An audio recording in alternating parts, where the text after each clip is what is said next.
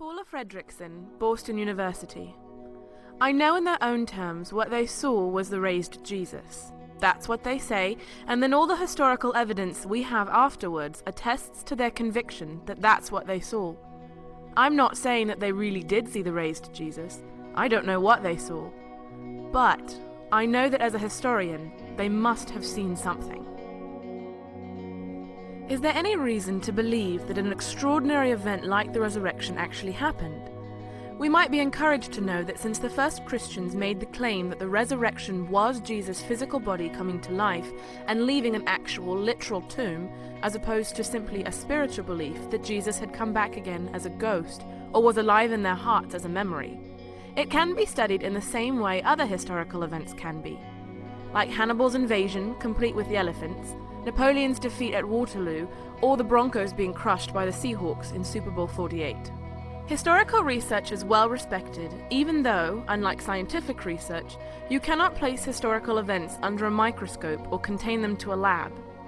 Historians put reports together from written sources and eyewitnesses, or anything else that was known from the time and place of the events, to reach reasonable conclusions about what may have actually happened.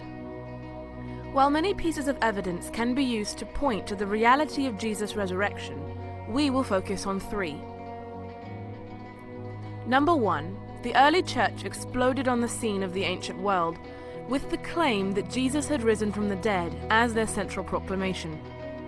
Many movements are gradual in building momentum, and when it comes to larger-than-life, legendary or miraculous characteristics claimed by these movements about their leaders, those ideas usually take decades and sometimes even centuries to develop.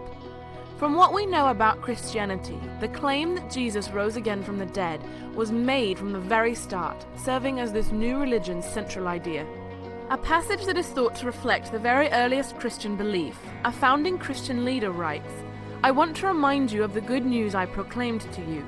Jesus died on the cross for our sins, was buried, and on the third day rose again from the dead." Within a very short time, this movement had taken the ancient world by storm, built on the testimony of those who claimed they had seen Jesus alive after death. There is every indication that they must have seen something.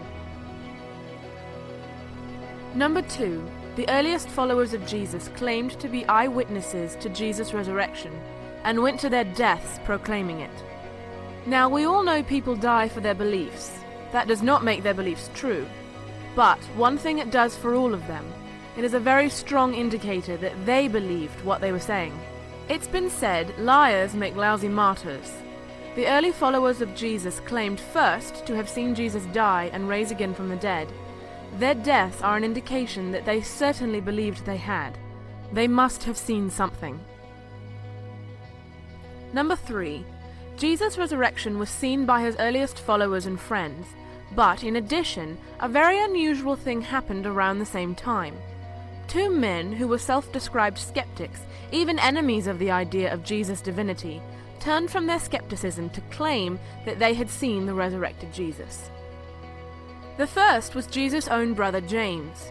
Historians are confident that we have good information regarding James, and we know he began as a skeptic over Jesus' claims to divinity.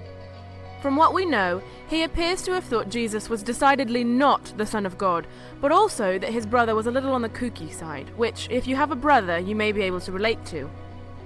But somehow, James makes a complete turnaround in his view of Jesus, and the explanation he gives is the resurrected Jesus appeared to him. He must have seen something. Then there was a man named Saul of Tarsus. He not only did not believe in Jesus, but when the news about him began to travel, he believed this new movement was a dangerous and destructive idea.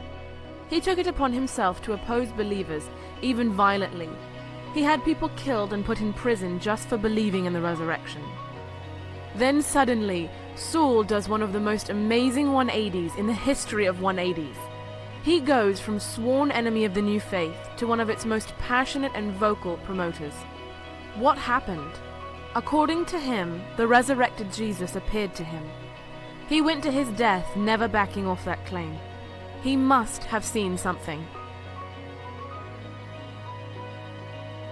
Atheist New Testament scholar Jed Ludman. It must be taken as historically certain that Peter and the disciples had experiences after Jesus' death in which Jesus appeared to them as the risen Christ.